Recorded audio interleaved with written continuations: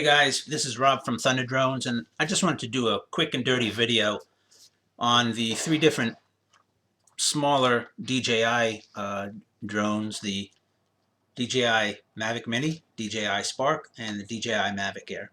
People are wondering who's going to hold up better in a crash, and my opinion, hands down, the Mavic Mini.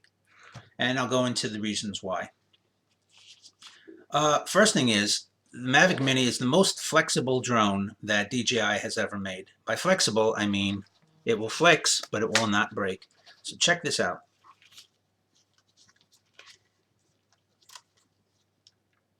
The front gear bends, doesn't break.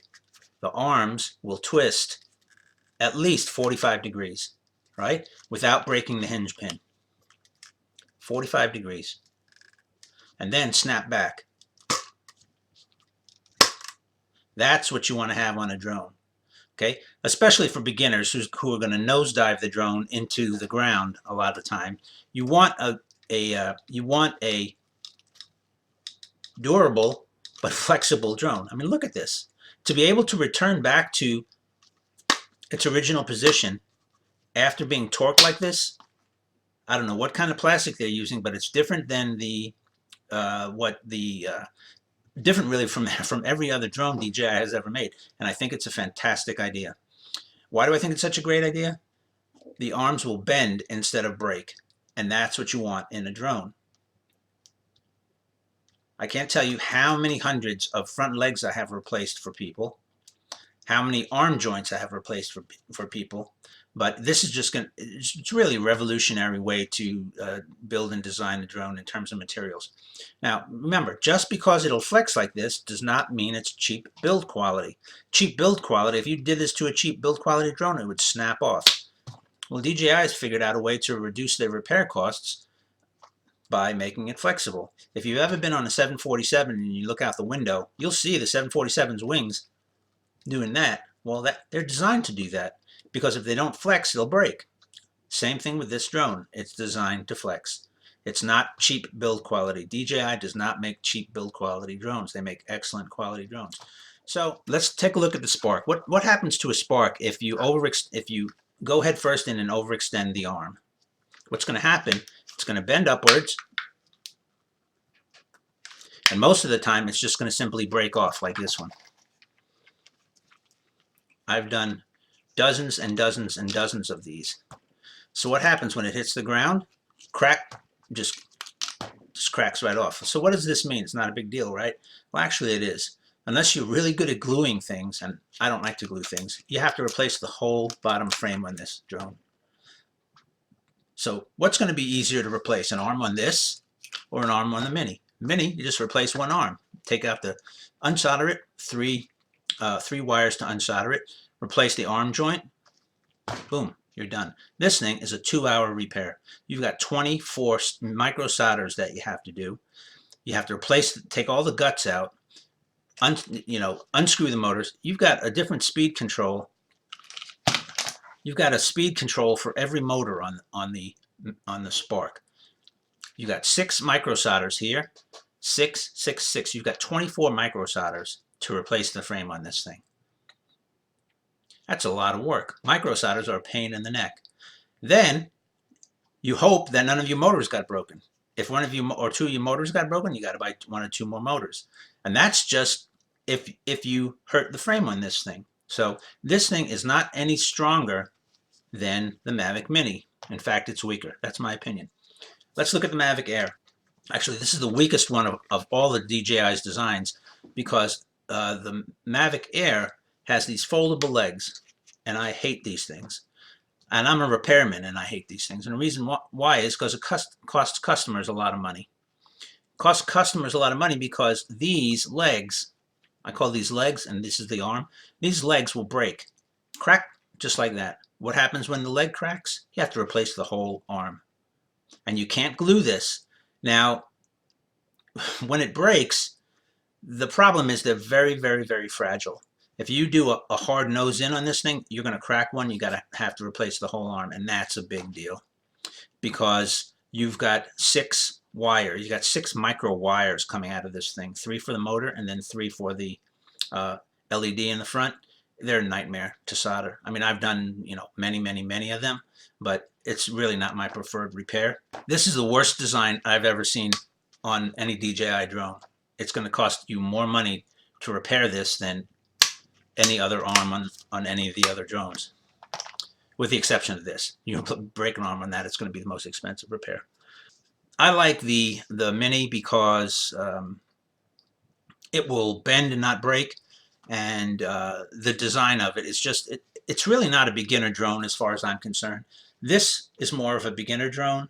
This is the most beginner drone of the tiny ones because it's got forward and rear obstacle avoidance, and you could hear this thing a mile away. Spark has got forward obstacle avoidance, and it's a good beginner drone. But again, if you crash it and break it, it's going to be expensive to fix. This is really, as for an entry-level price, it is not a beginner drone. It's got no obstacle avoidance. And to me, to teach people how to fly, obstacle avoidance is just going to help them in the long term. So, this is a good drone for people who've been flying before, or you're going to use the prop guards on it all the time. But really, the lack of obstacle avoidance makes this more of an intermediate drone or a second drone for somebody who might have owned a drone before. Anyway, moving around to the back legs. The back legs are really, they've improved on any of the designs they had before, the back arms. Because what they did was they made the back arm similar to what it's got on the Mavic 2. So what you're doing is you're benefiting from all the technology that they've put into the Mavic 2. What you've got back here is, if any of you have ever owned a Mavic Pro and you've overextended your rear arm upward and cracked it, this arm joint cracks. And then you're having to talk about replace the whole arm, right? Well, on this, you haven't got a flap anymore. The flap is integrated with the top body of the drone.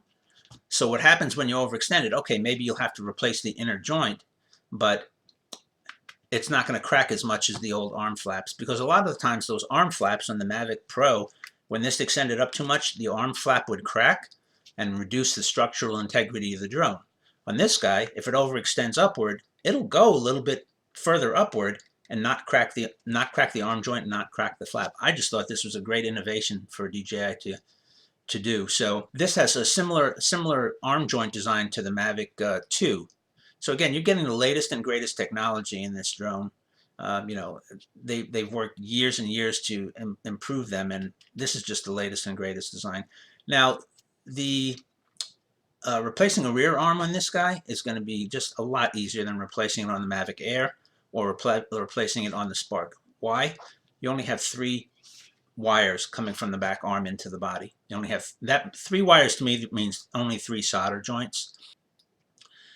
Taking this guy apart, replacing the arm on it is going to be, it's not an easy job, but it's going to be a heck of a lot easier than doing it on the Spark or the Mavic Air, because again, you've got no LEDs in the back, which is fantastic. You just got a single one in the back.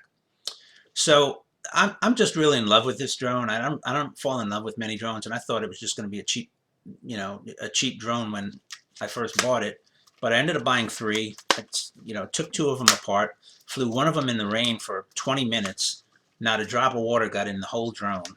And 3-axis gimbal, which is similar to the movement that the Mavic Air has, but it's not as high res. But let me tell you something. For the stuff that I do, I don't need 4K. Lower res is going to be fine, and the Spark's got even lower res than the Mavic Mini.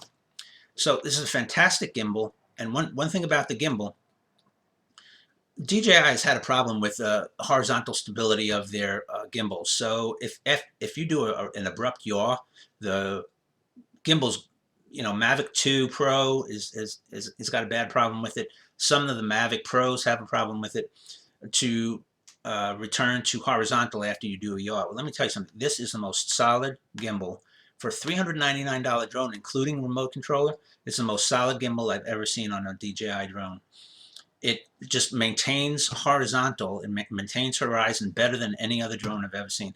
Like I said, when I first got my Spark 3.5 years ago, however long it was, my problem was I bought 3 of them, and 2 out of the 3 had a snap gimbal, and I never liked that. The pitch was fine, but if I abruptly yawed too much, the gimbal would just rotate 45 degrees in one way and then snap back to center, rotate, I never liked that about the Spark. I never got used to it. I don't know if they've ever updated it, but you know, I just didn't like it from the get-go. The Air has a great gimbal on it. It's a little bit of a pain in the neck to replace it because again, it won't. You might get a gimbal error or a camera error after you try to replace the gimbal in one of these things. Try to replace the gimbal in one of these, you're not getting any errors. You can buy the gimbals for I think about $160. I sell them as well. You can find them on eBay. But it's just a fantastic little drone. I really can't say enough good things about it. And I'm not one of these DJI fanboys. In fact, I hate the company, but I love their products. But they just did everything right on this drone. Which one is going to be best in the wind? Really, it depends on how much wind. If you've got more than 10 miles an hour wind, you're really asking for trouble. If you take off downwind and end up flying 50% of your battery downwind, you're probably not going to make it back. If you got a 20-mile-an-hour wind, they're all going to pretty much hold their own. But again, if you take off downwind and try to return upwind, you're going to have a big problem. Which is the best in the wind? Really, all three of them are great. The Spark has been my favorite in the wind because it is just super duper solid. I don't know what that may be, the higher RPM props than the Mavic Air has on it, but this has always been my favorite in the wind. And you know something, I can't say bad things about the Spark because it was my favorite drone for 3 years. My pet peeve about it is after they came out with the Spark, 6 months later they came out with the Mavic Air for around the same price, and I could have just killed DJI because it had a better gimbal, had foldable arms. But anyway, this is still a great little drone. If you've got one of these, if you've got a Spark, if you've got a Mavic Air, should you sell it to buy a Mini? Absolutely not. Why? What is that much different than these two other drones? It hasn't got 4K. It's smaller and more portable. The batteries are a little bit cheaper, but these two, the Mavic Air and the Spark, are two perfectly good drones. So don't sell these to buy this unless you're into novelty. This is a good drone, but it lacks some of the features as its bigger brothers and more expensive brothers. If you're first starting out, this is a great drone to buy, but just bear in mind you should use the prop guards. You should definitely get DJI Refresh or State Farm, and you should be very careful about flying it because it's got great everything. It tracks well, it gets great satellites. I haven't gotten a single compass error out of this drone, whereas these two guys, I get compass errors all the time. So they just did it right with the Mavic Mini. Why I say it's not a beginner drone is, again, because it has no obstacle avoidance front and rear. And to me, and a beginner, that's a big thing. But to protect yourself, get the DJI Refresh, get State Farm if you can't get Refresh, and get yourself some prop guards. And hopefully you won't have any trouble. But again, if you have to get it fixed, it's going to be a lot cheaper to fix than these two guys. Anyway, I think it's a damn durable drone. Everybody's entitled to their opinion, but having fixed and flown, I have about 4,000 logged flights. This is a great little drone.